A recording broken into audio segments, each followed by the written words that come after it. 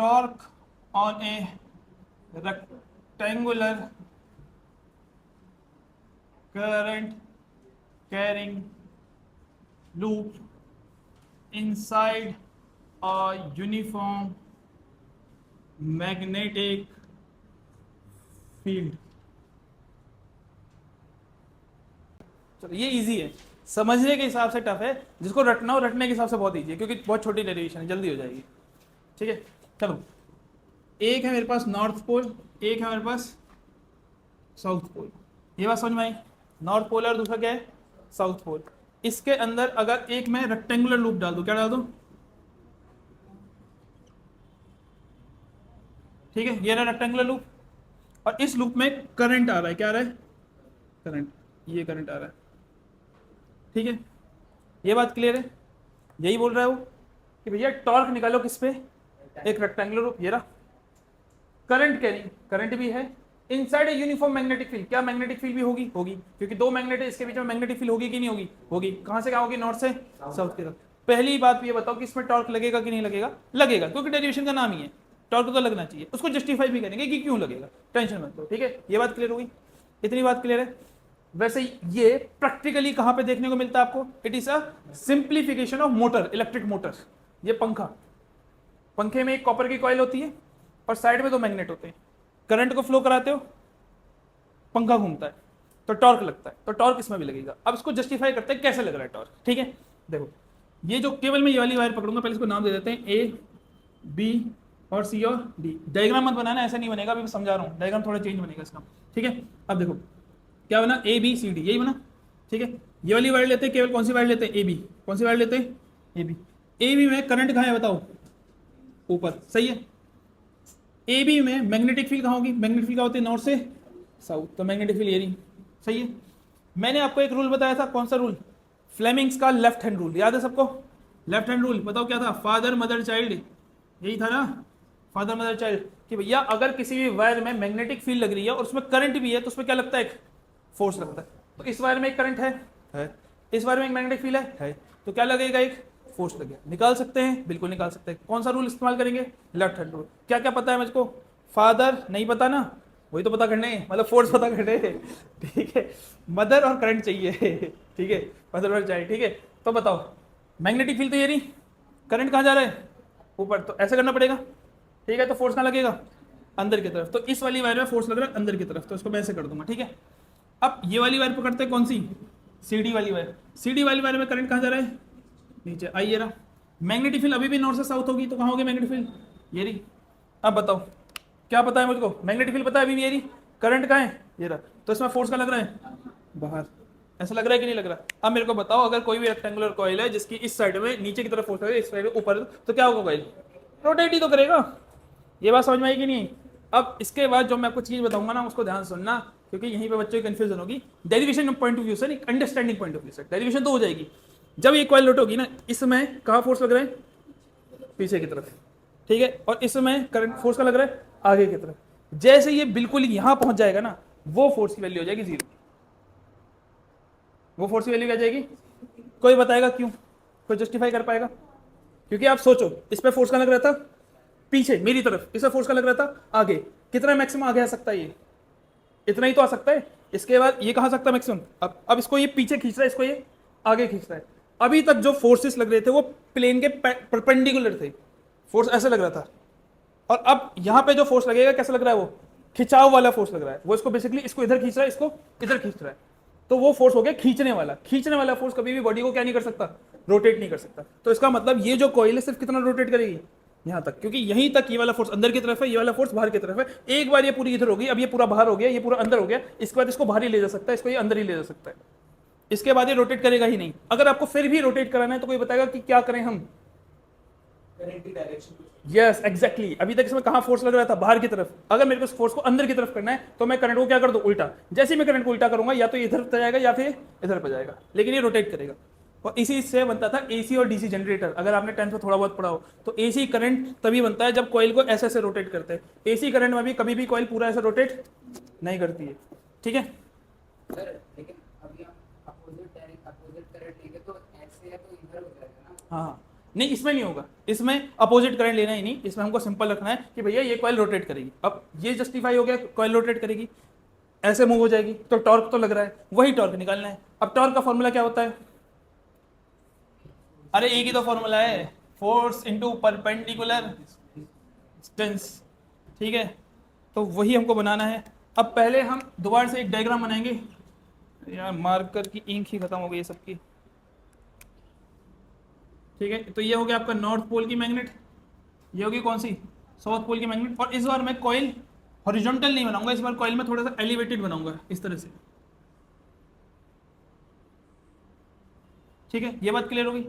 अब इसमें करंट कहाँ है, ऊपर, इसमें करंट कहाँ है, नीचे, सही है। इसमें करंट इधर लगेगा, इसमें करंट नीचे आएगा, और मुझे पता है कि इसमें करंट अगर ऊपर है तो इसमें फोर्स कहाँ लगेगा, बताओ, अभी निकाला था, फोर्स लगेगा पीछे की तरफ, मैग्नेटिक फील्ड कहाँ थी, इधर की तरफ, सही है। इसमें करंट नीचे है, तो इस करंट वाली नीचे वाले को मैं यहाँ बना देता हूँ, मैग्नेटिक फील्ड कहाँ होगी, मैग्नेटिक फील्ड यहाँ पे है, तो फोर्स लग रहा था बाहर को, और करंट कहाँ था, नीचे, सही है।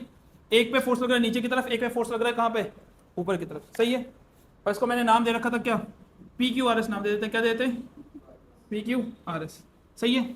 अब क्योंकि एक रेक्टेंगुलर कॉइल है, रेक्टेंगुलर कॉइल की कुछ तो लेंथ होती है और कुछ क्या होती है, ब्रेड्थ होती है, तो ये जो है पी क्यू, इसको मैं एल मान लूंगा, क्या मान लूंगा, एल, ये होगी इसकी लेंथ। अब मैं यहाँ रेड मार्कर से बना रहा हूँ, आई डोंट नो आप कैसे बनाओगे, क्योंकि यहाँ पे तो जगह ही नहीं बच रही कहीं पे भी।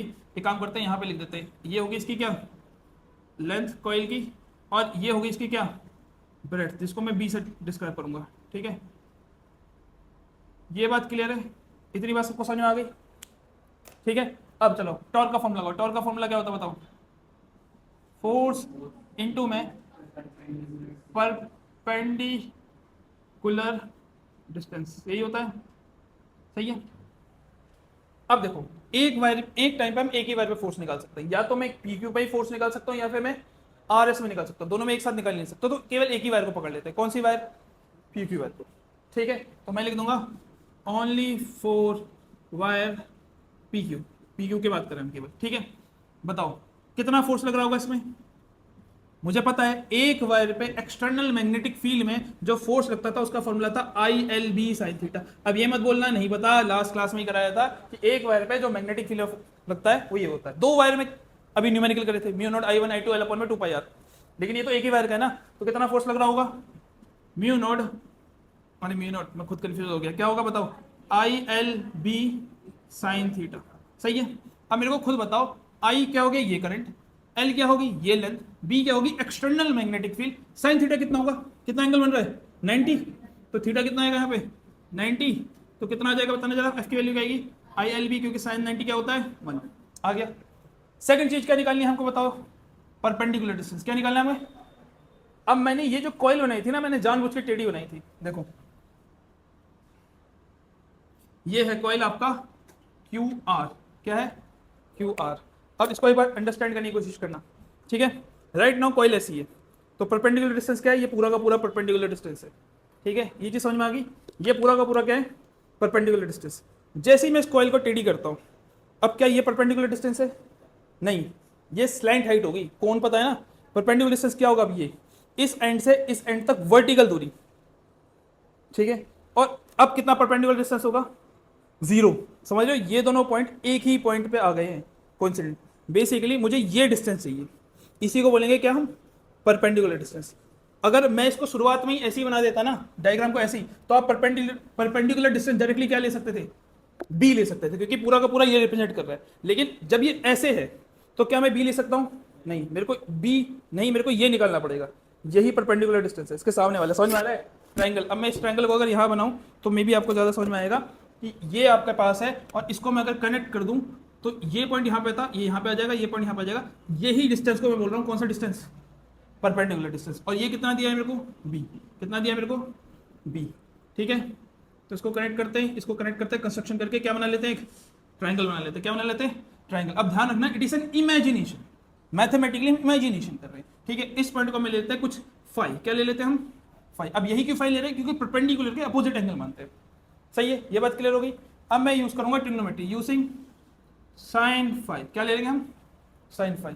अगर इस परपेंडिकुलर डिस्टेंस को मैं डी मान लूं, क्या मान लूं, डी, तो क्या होगा बताना जरा, क्या फॉर्मूला होता है, परपेंडिकुलर अपॉन में हाइपोटेन्यूज, तो क्या आएगा साइन फाई, कितना है परपेंडिकुलर डिस्टेंस d, और हाइपोटेन्यूज कितना है b, तो d की वैल्यू कितनी आ जाएगी b sin फाई।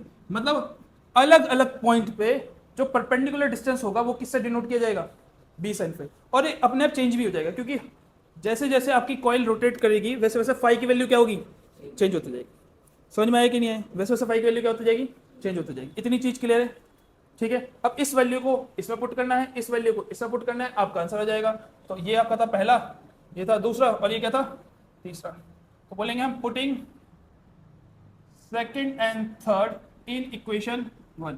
तो क्या आएगा बताना, टॉर्क फोर्स क्या आएगा आपके पास आई एल बी, और परपेंडिकुलर डिस्टेंस कितना आएगा b sin फाई, यही आएगा। अब आएगा टॉर्क, देखो आई एल और बी को एक साथ लिख सकता हूं और ये वाली बी को अलग लिख सकता हूं, सही है। एल क्या था यहाँ पे लेंथ, बी क्या यहाँ पे थी ब्रेड्थ, लेंथ इंटू ब्रेड्थ क्या होता है एरिया, तो क्या बन जाएगा ये torque I A B sine phi, सही है। और एन टर्न्स के लिए क्या बन जाएगा 4 एन टर्न्स, अगर इसी रेक्टेंगुलर कॉइल के एन टर्न्स होंगे तो टॉर्क का फॉर्मूला क्या बन जाएगा N I A B sine phi, और यही वो फॉर्मूला है टॉर्क का, यही फॉर्मूला है किसका टॉर्क का। इसमें एक चीज है जो अभी आपको रटनी पड़ेगी क्योंकि वो नेक्स्ट चैप्टर में आएगी। यहाँ पे हेयर जो एन आई ए है ना उसको एम से डिनोट करते हैं, और एम यहाँ पे होता है मैग्नेटिक मोमेंट, क्या होता है मैग्नेटिक, ये आपको फिलहाल रटना पड़ेगा, नेक्स्ट चैप्टर में बताऊंगा कि क्यों होता है। और यही वो गलती है जो मैं आपको पिछली क्लास में पेपर में दिखाई थी, जो मैंने बोला था जो टॉपर है उसने यहीं पे ये एन नहीं लिया था, उसी का 0.5 मार्क्स कट गया था, ठीक है। तो ये जो फॉर्मूला बन जाता है क्या बन जाता है torque M B sine phi, और इसको क्रॉस प्रोडक्ट से डिनोट करते हो एम क्रॉस बी, ये आपका वेक्टर फॉर्म आ गया। और ये डेरिवेशन लास्ट टाइम बोर्ड पे आई थी, ठीक है। अच्छा ये चीज क्लियर हो गई, यहां से जस्टिफाई भी हो रहा है कि टॉर्क जीरो हो जाएगा जब बिल्कुल प्लेन आपका कैसा हो जाएगा ऐसा हो जाएगा, उस केस में साइन कितना हो जाएगा जीरो हो जाएगा क्योंकि दोनों पैरेलल हो जाएंगे, मैग्नेटिक फील्ड भी उधर एरिया भी उधर, एरिया वेक्टर, तो टॉर्क भी क्या जाएगा आपका जीरो आ जाएगा। समझ में आया, इसी का आप जा सकते हैं, यही को डेरिवेशन करा दूं।